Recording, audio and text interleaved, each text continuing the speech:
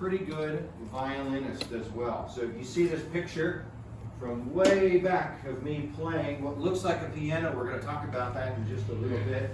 And then my dad behind me playing the violin. This is really her husband on here. Okay. Lauren, did you? Yeah, it's going. You got it set? Okay. All right, so you see me sitting down. How old do you think I was when I started playing? 6. Well, 7. so I grew up in a musical family, and I had all the resources that was available to me. I had an older sister. She was 4 years older than me, and she was taking clavier lessons, very similar to a piano of that time. She was taking clavier lessons from my dad. And I loved listening to my sister play the clavier and hearing all of that wonderful music. And when she wasn't playing, I would get over there and play around and figure out songs on there. And I really wanted to participate too, but I was only 3 years old. Okay? Yeah, 3, very good. My dad decided to go ahead and teach me because I was so enthusiastic about learning. So this was called a clavier. I'm going to show you what something similar to a clavier would have looked like of that day. So it's very similar to a piano. So you'll see that it has keys really similar to a piano. It's a little bit smaller. These were called the clavichord, very similar to a clavier.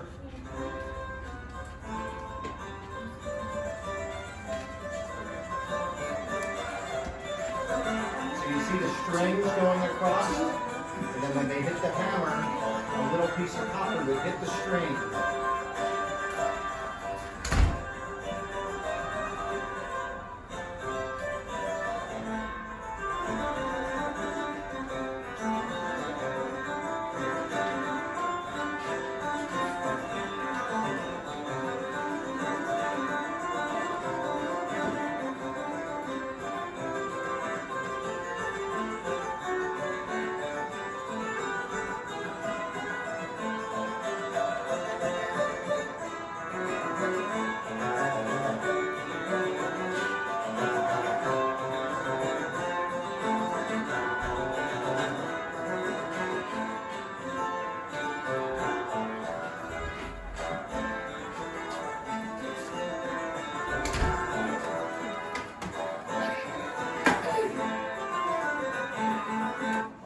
So, does that instrument look a little bit like a piano? Yes. A little bit, right? Yeah. Yes.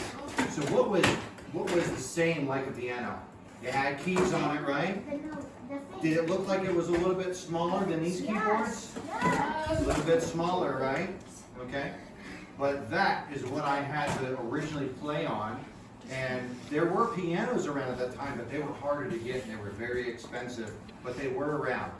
So that's what I started playing on. If you notice that some of my early works and my concertos were very quick pieces and they repeated a lot of notes, it was because it's very hard to sustain the sound on these because you hit it and then it kind of goes away.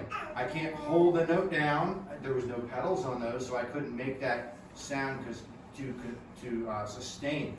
What does the word sustain mean? Go ahead. The note keeps on going, right? That string keeps vibrating for longer periods of time. So a lot of times we would have to repeat notes or do things like that. Okay? Sometimes you couldn't even play 2 notes at the same time in certain areas of it because they were using the same string. Okay? So that's what that looked like. Then we come into something called the harpsichord. And that's what I really like playing. And you probably have heard the harpsichord before. It's like a piano. I have it. All right, so we're going to hear this on this one. Right? Heard that sound before? It's very similar to what we just saw on that video. I'm going to now have my apprentice come and she's going to play one of my pieces and it's going to sound like the harpsichord, all right? Just have them go.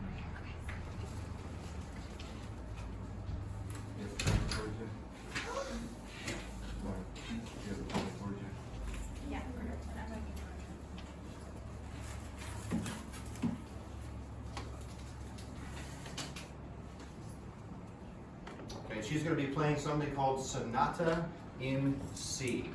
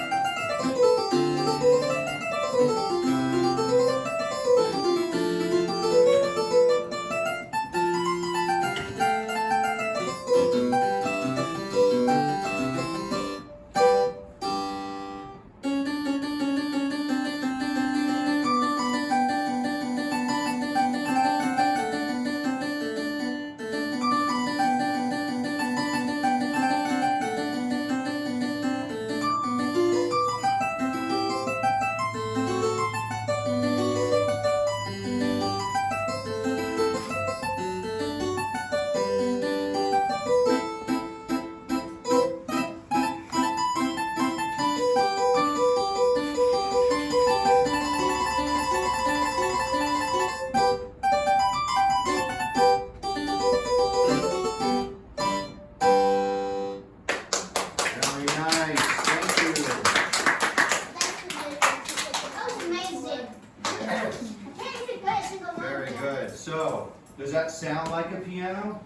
No. Sounds a very different, right? Okay, you can hear the individual strings playing. Okay, so that's what the harpsichord sounded like. I'm going to show you an example of a man playing some of my pieces on another harpsichord that has 2 rows of keyboards next. Cool. It's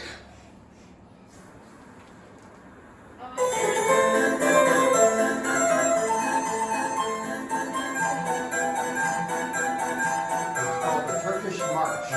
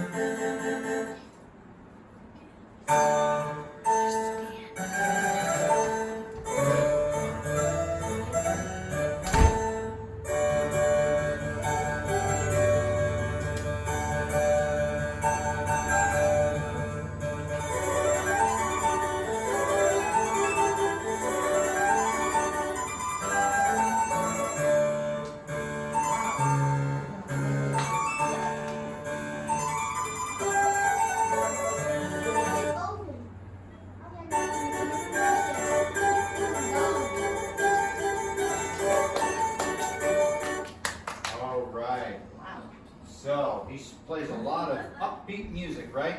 Kind of makes you excited about it. Yes, Noah?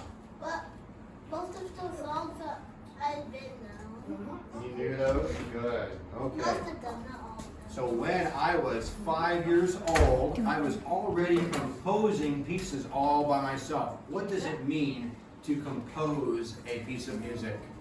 Go ahead. To produce and make your own To music. produce and make your own. So I was making my own music as a composer by the age of 5. When I was 6, we went on a 3.5-year journey through Europe. And I was playing music and I was touring all over Europe, and that helped to expose me to many different types of music and different composers and different music styles that I learned so much from. I wrote my first symphony by the age of 10. Have you ever heard a symphony before? We have lots of instruments all playing together. So I've got to make sure that all those parts are going to match together. And I did that when I was 10. What? Eventually, I traveled just with my dad on tour, and my sister stayed home. I kind of passed her up a little bit, my older sister, in piano. So when I was a teenager, I went and saw a musical performance, and I listened to it twice. And then I was able to write down the entire piece from memory. What? And then I was able to play it. So this was a piece of music that was 13 minutes long. What? How did you memorize And I it? memorized it just from hearing, because I loved music so much. It's impossible. So you can see right here a picture of me as a little guy, and I was meeting very famous people throughout England. In fact, there was one dignitary that I got excited, I jumped up in her lap, and I gave her a big kiss on the cheek. Everybody thought that was fun. That's not funny. Okay, well they thought it was That's funny. embarrassing. During the second tour, when I was with my dad, I began to get involved with operas. You see all of them? What are they doing on there? They're singing, right? Okay. It eventually became my life passion. I loved operas and writing music for operas. After this tour, I eventually got a job working for the Archbishop of Salzburg in my hometown. How old were you?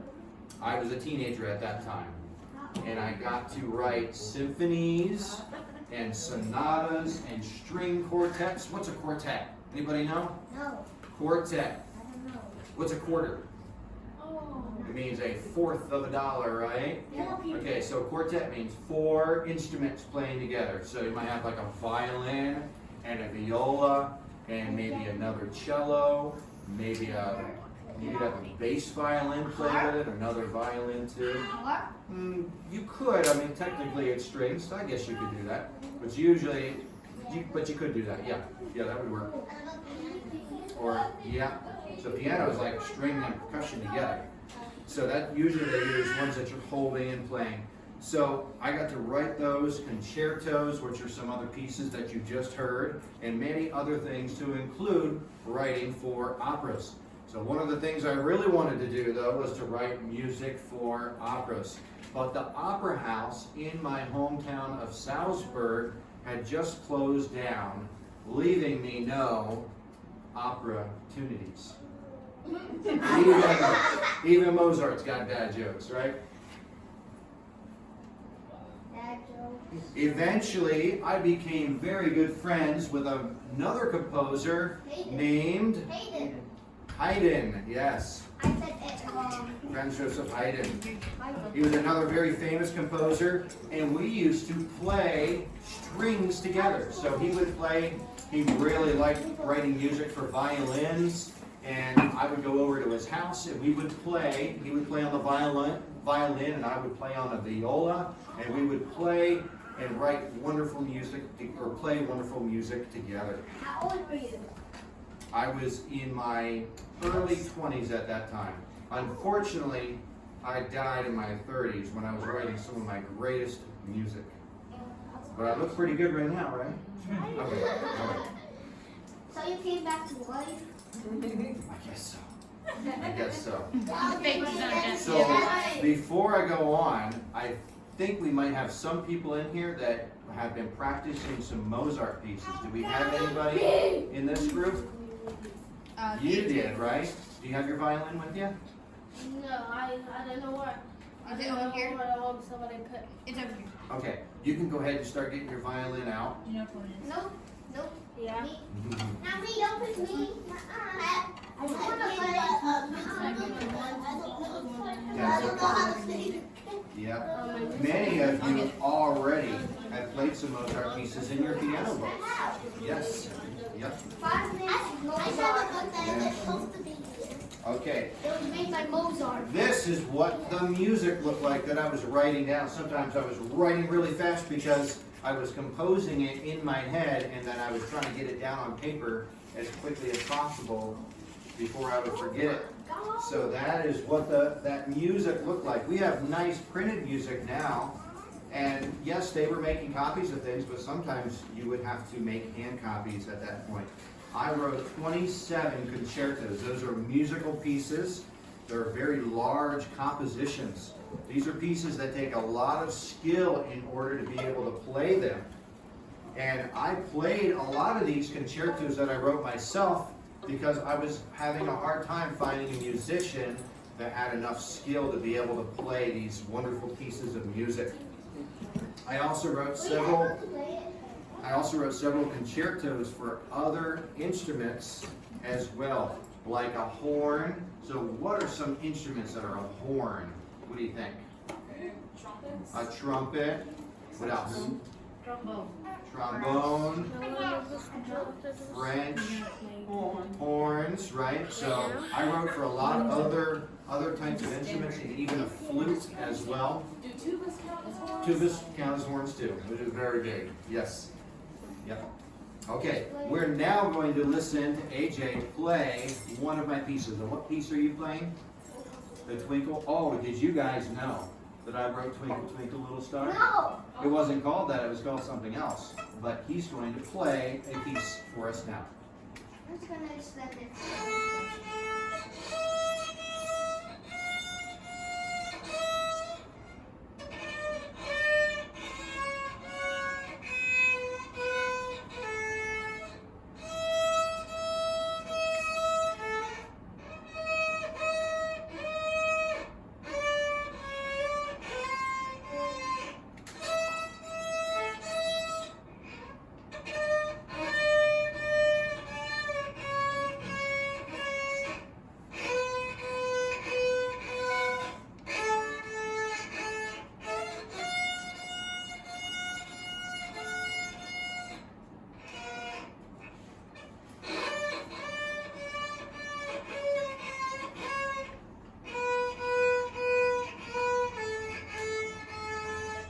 Thank you very much, AJ. Thank you very much for playing that piece for us. Very brave to play in front of crowds of people, right? Oh my And God. the more you do, the easier it gets. Okay.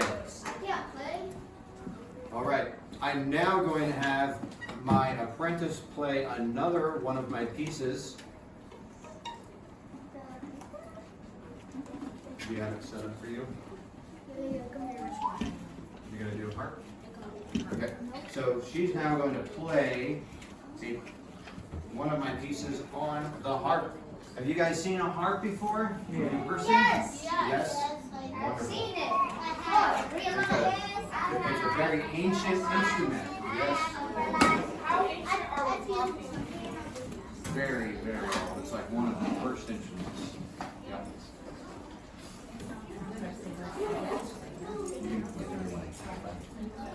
You got it set up for you? It's way better. David, can you adjust the camera? Gotta have a high five. Mozart. Mozart. Gotta have a high five. That's why I got high five from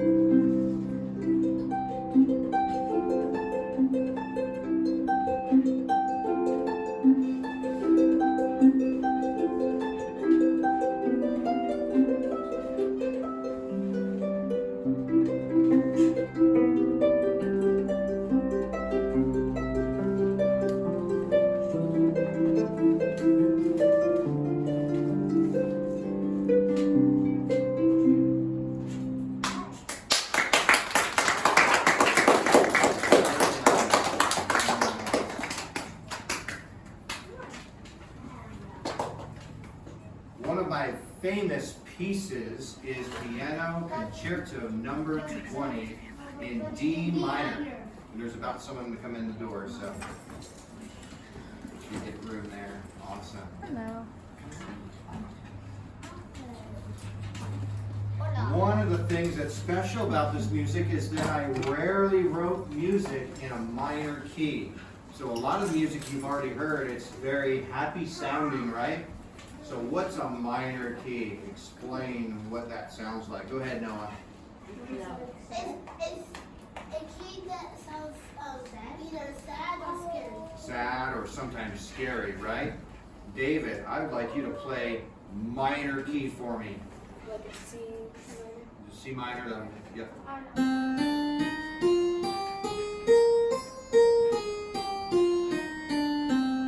Good. All right. Could that sound scary? Could you make that sound scary? Or it could be something sad, right? Go ahead and hit a C minor chord for me. Okay, now do an A minor chord.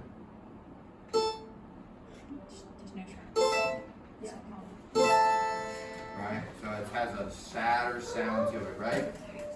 Okay, so this next one is one of my 3 concertos that I ever wrote in a minor key. Everything else is pretty much upbeat.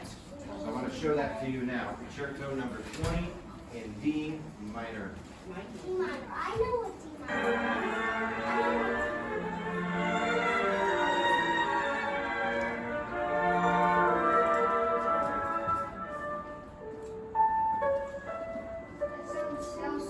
It does, has a sad sound, doesn't it? Yeah.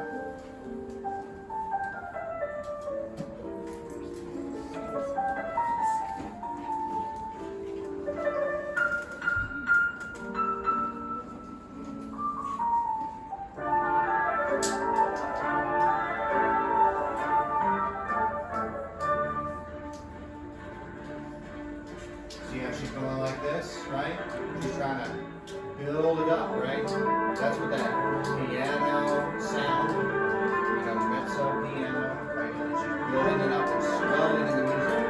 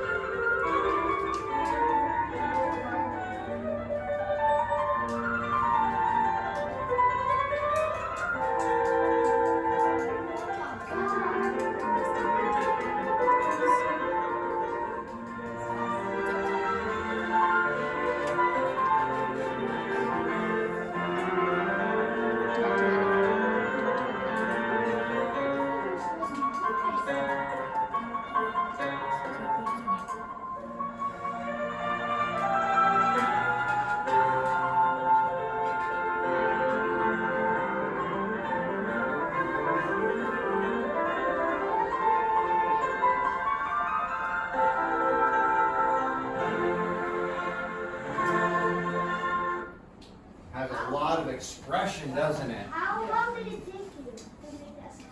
So that song is a 34-minute song. And I believe it took about a week to get that all together. That's a lot of notes, isn't it?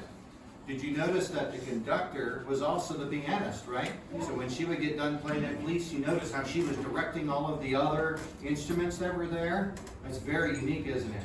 But you notice the expression in her face too. She would have some happy times and some sadder times and more serious, right? Go ahead. What was your favorite instrument? Favorite instrument? I would probably say the piano. But I did write a lot of music for other instruments and violin and things like that. Hayden, my friend, he wrote a lot of music for violin. So we're going to look at the next one. The next one is called Presto. This one's in A minor. David, go ahead and hit that A minor key again for us. Okay, so that's that kind of a sad sound. And the reason I wrote this one is it was right after my mother's death. And that's when I wrote this song. So I was very sad when I wrote this music, and you can hear it in the music and how it's portrayed as well.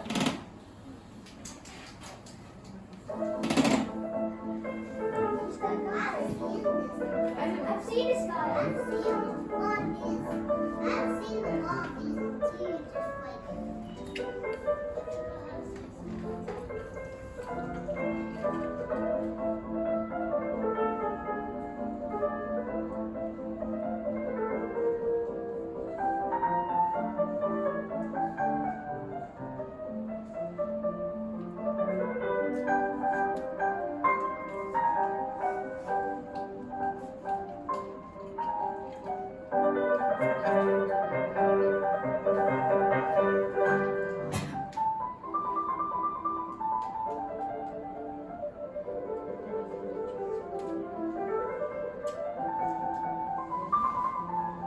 So even though this isn't in a minor key, do you hear some happy parts to it?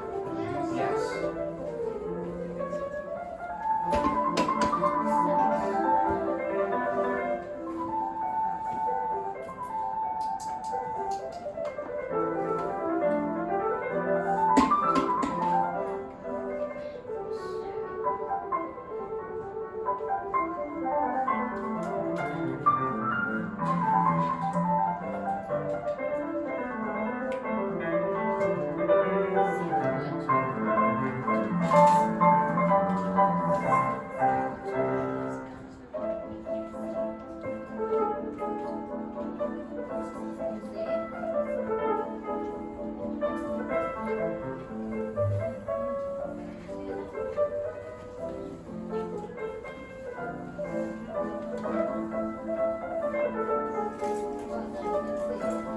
Now, do you notice when you hear that music, do you notice that some parts are repeating?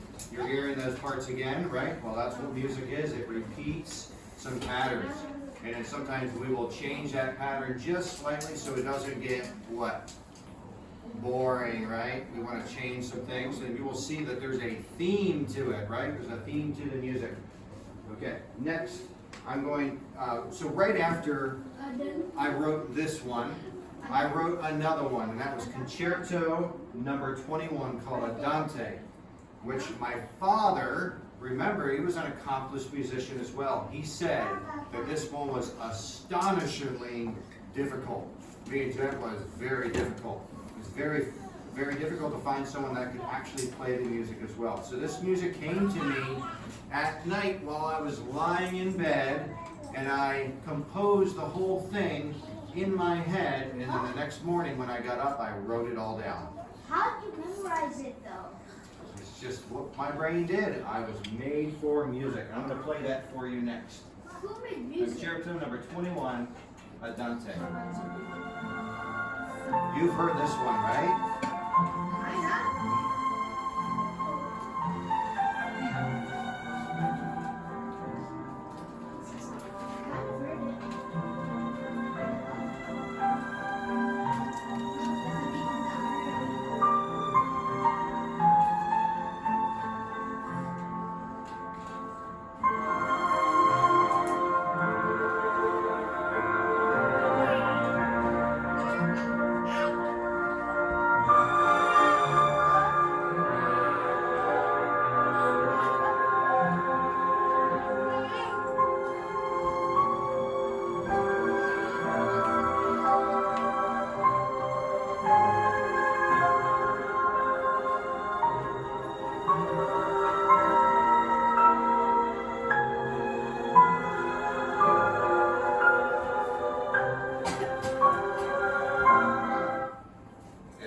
Something.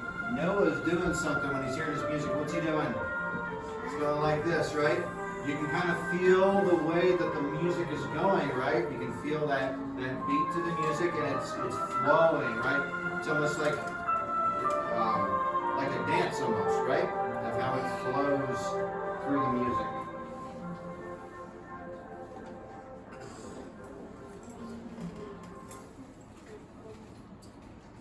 All right, next I wanted to show just a real short little video on here. This was my violin, okay? And this band's just explaining to some people about the violin, how he was able to get it, and some students have been able to even play my violin today. Do you think it's worth a lot of money? Yes, yes, very much. So, not Mozart, but me personally, Mr. Lucas, I got to pick up a violin one time, and I played Twinkle Twinkle Little Star on it, and the violin was worth $90,000. Yes. And then when I picked it up, my wife was there, and she's like, please put that down. Yes. Okay. Next, I'm going to talk about a couple of very famous pieces that I have also written. One of my famous pieces is Piano Sonata Number 11 in A major. And one of those pieces in there is called the Turkish March. It's that guy that played it.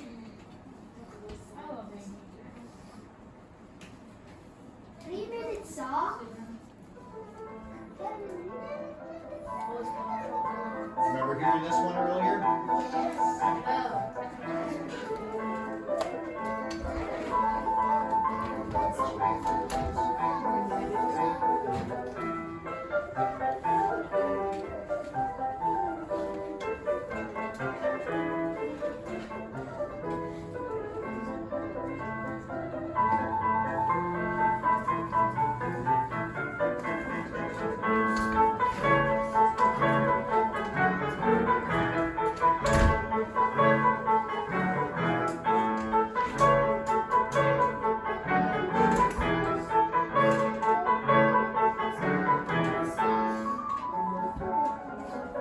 That's a powerful song, isn't it? Yes, very hard. I couldn't even sing it.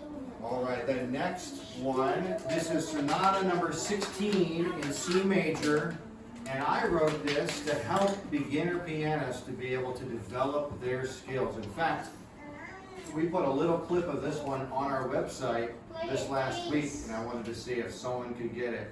And your mom was the first one, and she knew what it was. Yep. Okay, so this is Sonata Number 16 in C major. This is for pianists to be able to develop their skills. Have you guys heard this before? Yes. A lot of times we'll hear this on children's programs or to help little babies in learning and growing.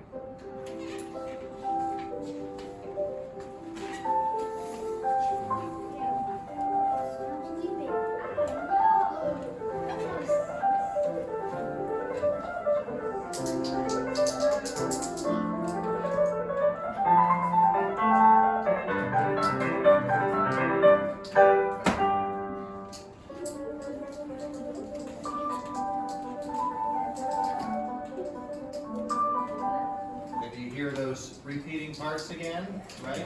Okay. Does that look like an easy song? No. It barely looks like one. A little easier than some of the other things, right? Yep. Okay. I think I have another apprentice in here that can play a Mozart piece for me. Sunshine. Do you have something for us?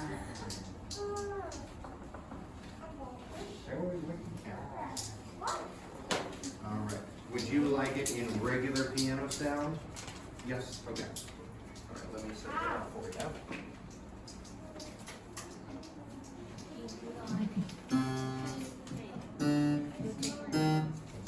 Select.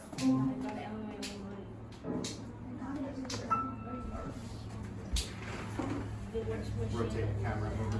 I did.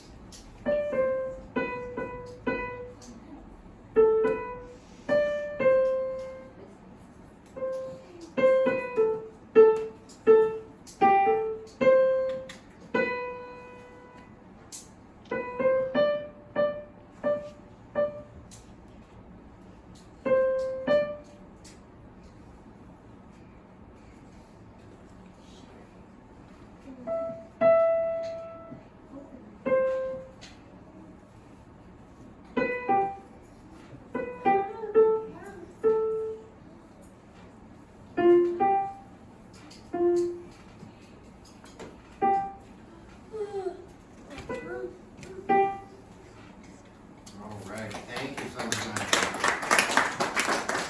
Did I have any other students in here that have practiced a Mozart piece? Gerald, did you? No one else? I Okay. think we have more from the next group. Okay, great. All right, next I'm going to show you another one of my songs, number 25, sonata number 25 in G minor, right? I thought it was major. G minor. Minor. I know what G is. That's like minor. I know what's just. I wouldn't know. So this is some of the sadder sounding, right?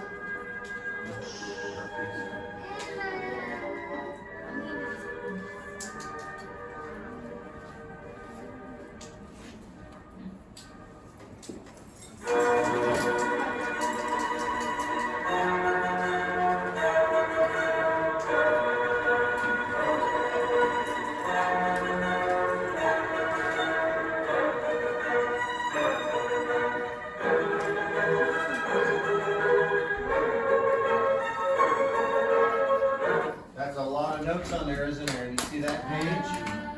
Yes. All right, so this last one I'm going to show you, sonata number 41, and this is one of the longest pieces I ever did for a symphony, and it is also called Jupiter. Something that's unique about this is that there's one part in the song where 5 different melodies are all being played at the same time. Okay? And what they call it is a fugue. Let me see if I can find that part for you.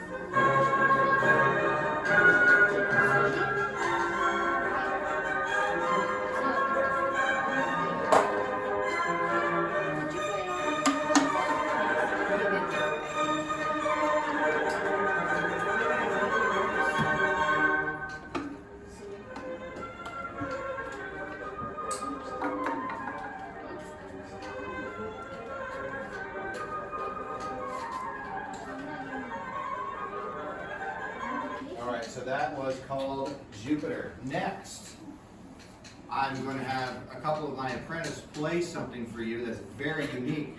One of the things that I love to do was do things backwards. So I would like to talk to people backwards, and I made it kind of a game. Sometimes Heidi and I would do that. Have you ever tried to talk backwards to someone? Okay. All right, so you guys know your alphabet forwards, right? A, B, C, D, like that, right? Can you do it backwards? C, Y, X, W, V, U, T, S, R, Q, P, N, O, P, Q, G, H, I, J, K, L, M, N, O, P, Q, R, S, T, U, V, W, X, Y, Z. That's too fast. You do it the other way, right? Okay. So I like to do things backwards. So I wrote a piece of music for violin, and it can be played either way. What? Okay. So what we're gonna do? No, facing up and down. Yes. I see your face. What the heck? Flip it over. What the heck? So what we're gonna do is they're going to, That's messed up. it's just made to play it either way. Okay? All right. So what we're gonna do is we're gonna put it on the stand, and they are going to play one from one way. One person's going to play down, and the other one's going to play up. Okay. And this piece It's called mirror. is called Mirror.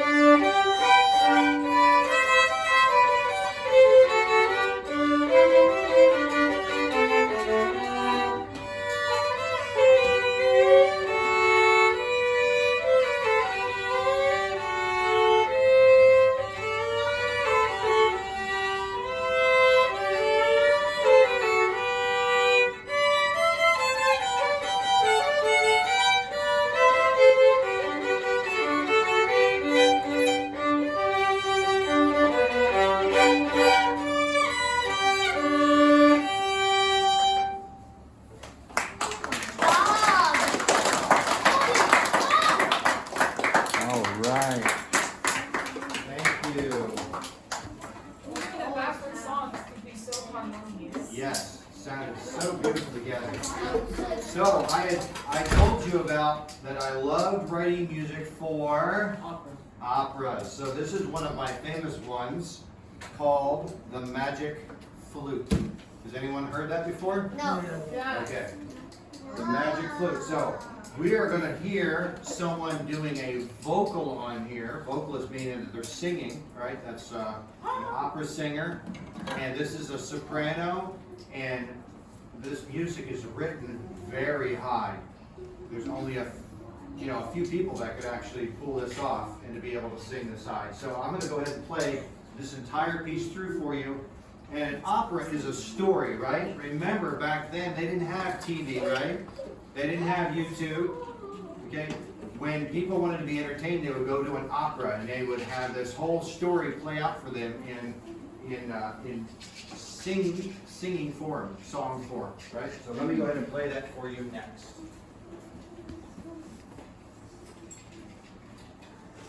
This is called the Royal Flute.